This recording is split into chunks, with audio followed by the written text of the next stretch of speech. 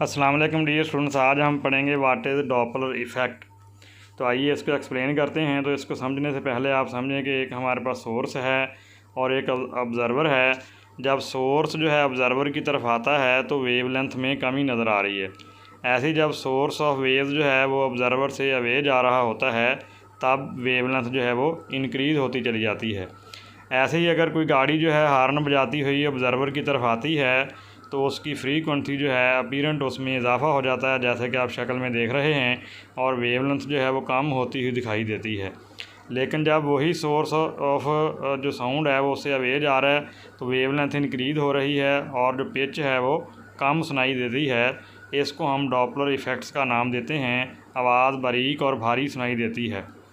यही इफ़ेक्ट जो है इसको यानी लाइट वेव्स के ऊपर भी यूज़ किया जा सकता है। जैसा कि आप ऑब्ज़र्व कर रहे हैं कि अगर कोई सितारा जो है हमारी तरफ आ रहा है तो उसकी वेवलेंथ कम हो रही है तो हमें ब्लू शिफ्ट जो है वो नज़र आएगा।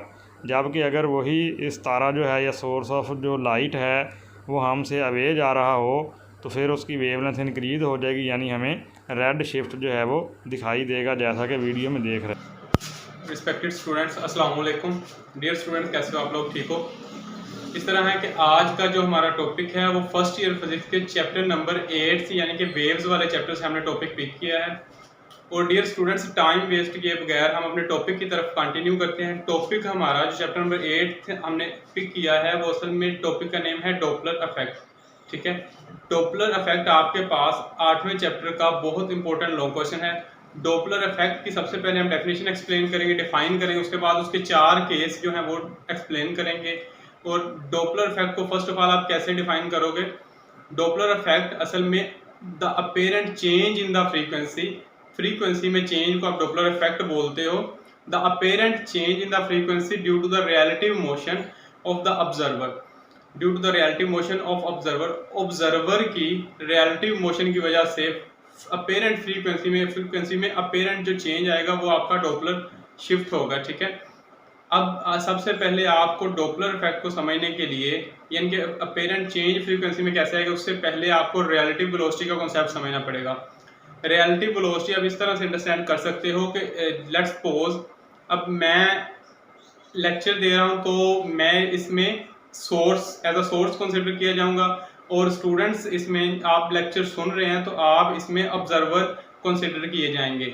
अब अगर ऑब्जर्वर सोर्स से related, source with respect to the source की तरफ मूव करे या सोर्स से दूर जाए तो उसको सुनने वाले डेफिनेटली जब सोर्स की तरफ मूव करेगा तो फ्रीक्वेंसी में कुछ ना कुछ चेंज आएगा, दूर जाएगा तो फिर भी फ्रीक्वेंसी में। इसकी आप एग्जांपल ऐसे ले सकते हो जिस तरह के आपकी बुक के सेकंड पैराग्राफ में डिस्कस किया गया है। रेलवे स्टेशन पे एक लोकोमोटिव इंजन है, अगर तो वो आपसे अवे मूव कर रहा है और साथ ही हॉर्न भी बज रहा है, देन क्या होगा?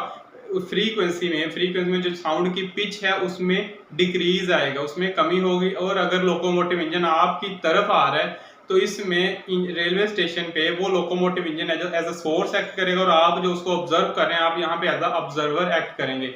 अगर आपकी तरफ आ रहा है तो फ्रीक्वेंसी में चेंज जो आएगा वो असल में इजाफा होगा फ्रीक्वेंसी में। तो ये हो गई सोर्स की और ऑब्जर्वर की आपस में रिलेटिव मोशन। ठीक है, अब फ्रीक्वेंसी में इजाफा होने के जो अमकानात, वो हमारे पास टोटल 4 केसेस हैं। उन 4 केसेस में सबसे पहले जो है हम डिस्कस करेंगे फर्स्ट केस नंबर 1, उसमें observer move towards the stationary source. अगर स्टेशनरी सोर्स है कोई, उससे साउंड निकल रहा है, साउंड प्रोड्यूस हो रहा है, लेट्स सपोज गाड़ी से हॉर्न बज रहा है और आप यहाँ पे जो ऑब्जर्वर है आप यहाँ पे एज अ ऑब्जर्वर एक्ट कर रहे हैं। आप क्या कर रहे हैं? Moves towards stationary source. गाड़ी खड़ी, आप उसके पास जा रहे हैं, देन फ्रीक्वेंसी में क्या चेंज आएगा? तो सबसे फर्स्ट पे हम इक्वेशन नंबर 1 से कंटिन्यू करेंगे। Very basic equation, v is equal to F lambda. ठीक है, अब यहाँ पे लैम्डा यहाँ पे मल्टीप्लाई हो रहा है एफ के साथ, तो इक्वेशन इक्वलिटी के दूसरी साइड पे लैम्डा उसमें डिवाइड हो जाएगा जाके, हमारे पास ये एक्सप्रेशन आ गया। अब observer move towards the source. Observe करने वाला बंदा गाड़ी जिससे हॉर्न की आवाज आ रही है उसके करीब जा रहा है। अब डेफिनेटली जो उसके करीब जा रहा है तो वेलोसिटी में इजाफा होगा। जैसे जैसे वो करीब जा रहा है तो उसको उसका साउंड ज्यादा सुनाई देगा। वेलोसिटी में, रिलेटिव वेलोसिटी में क्या होगा? इजाफा होगा। अब यहाँ पे स्मॉल v जो है वो असल में साउंड की वेलोसिटी है। ठीक है, साउंड वेव्स जो गाड़ी का हॉर्न बज रहा है उसकी जो वेलोसिटी है वो v है। u o यहाँ पे इस ऑब्जर्वर की स्पीड है जो सोर्स की तरफ मूव कर रहा है। वी आर असल में रिलेटिव वेलोसिटी है दोनों की, यानी कि साउंड वेव्स की भी और ऑब्जर्वर जो उसकी तरफ जा रहा है दोनों की relative velocity v plus u o हो जाएगी। अब यहाँ पे वी आर की वैल्यू अब यहाँ से इक्वेशन नंबर 2 से पुट करेंगे और इक्वेशन नंबर 2 से पिक करेंगे और इस इक्वेशन में यानी कि v की जगह पुट कर देंगे। एफ ए असल में वो अपेरेंट फ्रीक्वेंसी में जो चेंज आया है इस ऑब्जर्वर ने एक्चुअल में जो साउंड सुनना था उससे अब ये उसकी तरफ मूव कर रहा है, तो कुछ इजाफी साउंड, उसको ज्यादा साउंड सुनाई दे रहा है, फ्रीक्वेंसी में इजाफा हुआ है। ये एफ ए आपके पास वो apparent change in the frequency है, उसका एक्सप्रेशन हो जाएगा F is equal to V R over lambda. अब रिलेटिव वेलोसिटी की वैल्यू कैसे आई वो मैंने आपको क्लियर कर दिया, वहां से आप पिक करो क्वेश्चन नंबर 2 से यहाँ पे पुट करो, तो आपके पास एफ ए यानी कि ऑब्जर्वर ए की फ्रीक्वेंसी का फाइनल एक्सप्रेशन आ जाएगा v plus you naught over lambda. अब यहाँ पे फ्रीक्वेंसी में चेंज डेफिनेटली दो चीजों से आ रहा है, या तो वेलोसिटी से या फिर लैम्डा से। अभी हम सिर्फ रिलेटिव वेलोसिटी की बात कर रहे हैं, वेवलेंथ की बात हम नहीं कर रहे। सिर्फ वेलोसिटी बढ़ने से या वेलोसिटी कम होने से, करीब जाने से या दूर जाने से फ्रीक्वेंसी में चेंज आया, जस्ट वो डिस्कस करना है। तो अब हम लैम्डा की वैल्यू भी पुट कर देंगे। इक्वेशन नंबर 1 से यहाँ से लैम्डा हम निकालेंगे which is equal to F over V over F हो जाएगा, यहाँ से हम पिक करेंगे, यहाँ पे पुट कर देंगे। तो फाइनल एक्सप्रेशन जो ऑब्जर्वर ए ने फ्रीक्वेंसी साउंड की इजाफी फ्रीक्वेंसी सुनी, जो अपेरेंट चेंज आया, जो फ्रीक्वेंसी इंक्रीज हुई, वो आपका फाइनल एक्सप्रेशन ये आ गया। अब यहाँ से एक बात देखें कि टोटल आंसर इसका जो अपेरेंट चेंज है सोर्स की फ्रीक्वेंसी से आंसर बड़ा आएगा, तो डेफिनेटली आप लास्ट पे रिजल्ट पे लाजमी लिखोगे कि जो ऑब्जर्वर ने फ्रीक्वेंसी सुनी है वो ग्रेटर देन है स्मॉल एफ से। स्मॉल एफ यहाँ पे ये ओरिजिनल सोर्स की फ्रीक्वेंसी है। अब यहाँ पे हम केस नंबर 2 की तरफ मूव करते हैं। When observer moves away from the source, मतलब गाड़ी लेट्स सपोज फॉर एग्जांपल हमारे पास एक सोर्स है जिससे साउंड वेव्स प्रोड्यूस हो रही हैं। ऑब्जर्वर अगर मैं गाड़ी से दूर जा रहा हूँ देन हमारे पास फ्रीक्वेंसी में क्या चेंज आएगा वो देख लेते हैं। अब यहाँ पर डेफिनेटली एक जनरल सेंस है, कॉमन सेंस है कि रिलेटिव वेलोसिटी क्या होगी। मैं ये असल में साउंड वेव्स की वेलोसिटी है स्मॉल वी यू ओ, यहाँ पे उस ऑब्जर्वर की वेलोसिटी है जो सोर्स से अवे जा रहा है, तो रिलेटिव वेलोसिटी आ जाएगी v माइनस यू ओ। अब यहाँ पे जस्ट हमें एफ बी यानी कि apparent change in the frequency of the observer calculate करनी है which is equal to V R over lambda. तो इस फर्स्ट स्टेप से रिलेटिव वेलोसिटी की वैल्यू पुट करो, पिक करो और यहाँ पे पुट कर दो, तो देन हमारे पास एक्सप्रेशन आ जाएगा F B which is equal to V minus U naught over lambda. अब जिस तरह मैंने बताया आपको कि फ्रीक्वेंसी सिर्फ दो चीजों पर डिपेंड कर रही है, एक वेलोसिटी पर और दूसरा वेवलेंथ पर। हमने रिलेटिव वेलोसिटी वाले कॉन्सेप्ट को जस्ट फिलहाल डिस्कस किया है, तो लैम्डा की वैल्यू हम यहाँ पे पुट कर देंगे। लैम्डा किसके बराबर हो जाएगा, v डिवाइडेड बाय एफ ऊपर चला जाएगा।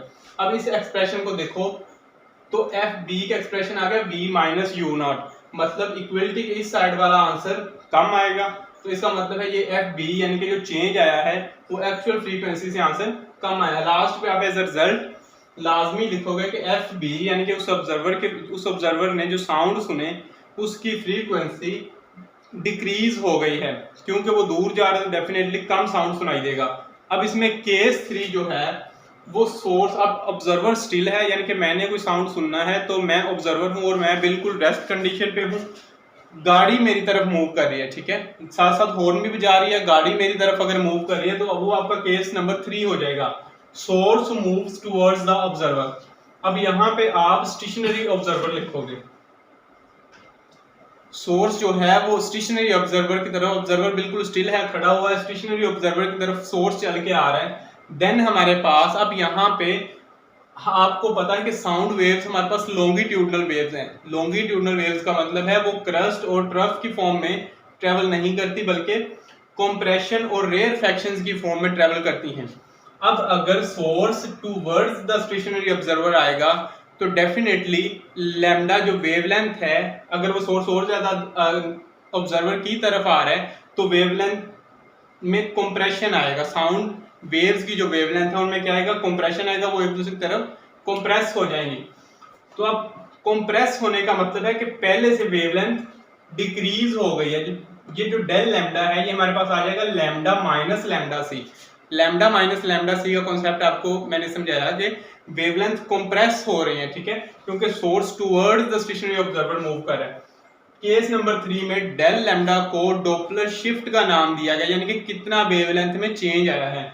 अब एक्सप्रेशन वही चलेगा, F = V ओवर लैम्डा।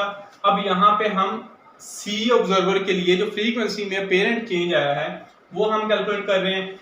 तो फ्रीक्वेंसी में चेंज जिस तरह मैंने एक्सप्लेन किया सिर्फ दो चीजों की वजह से हो सकता है, या तो वेलोसिटी की वजह से या वेवलेंथ की वजह से।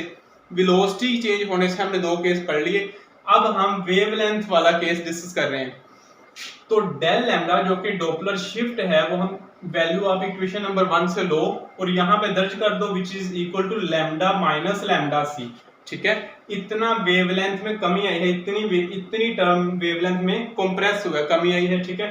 अब ये सारा एक्सप्रेशन आप यहाँ पे पुट कर दो, लैम्डा और लैम्डा सी दोनों की वैल्यू पुट कर दो। लैम्डा सी की वैल्यू गिवन है which is equal to U S over F, यानी कि यू एस सोर्स की स्पीड है, सोर्स जिस स्पीड से जा रहा है ऑब्जर्वर की तरफ वो आपके पास यू एस हो जाएगी। यहाँ पे दोनों वैल्यूज पुट कर दी, एफ यहाँ पे एलसीएम में एज अ कॉमन आ जाएगा और ऊपर चला जाएगा।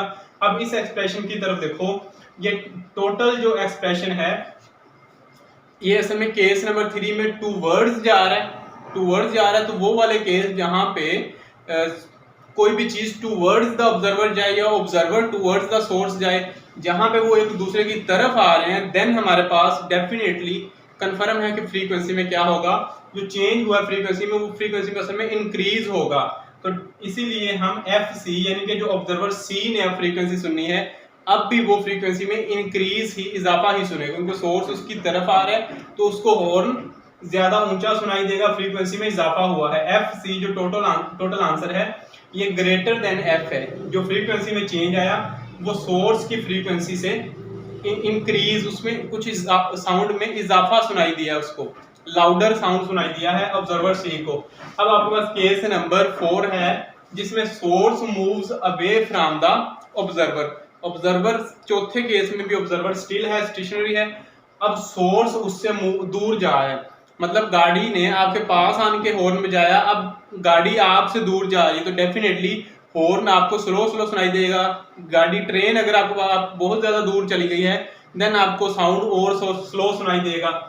अगर साउंड स्लो सुनाई देगा, वेवलेंथ, ये जो साउंड वेव्स हैं ये असल में अब इनमें रेयरफेक्शन हुआ है, अब ये एक्सटेंड हो गई हैं, तो डेफिनेटली जो डॉपलर शिफ्ट है आपके पास, जो डेल लैम्डा जो वेवलेंथ में चेंज आया है वो इजाफा हुआ है ना वेवलेंथ में, क्योंकि वो सोर्स अवे जा रहा है ऑब्जर्वर से। अगर सोर्स अवे जा रहा है डेफिनेटली वेवलेंथ में इजाफा होगा और उसको आप बोलते हो डेल लैम्डा यानी कि Doppler shift which is equal to lambda plus lambda D.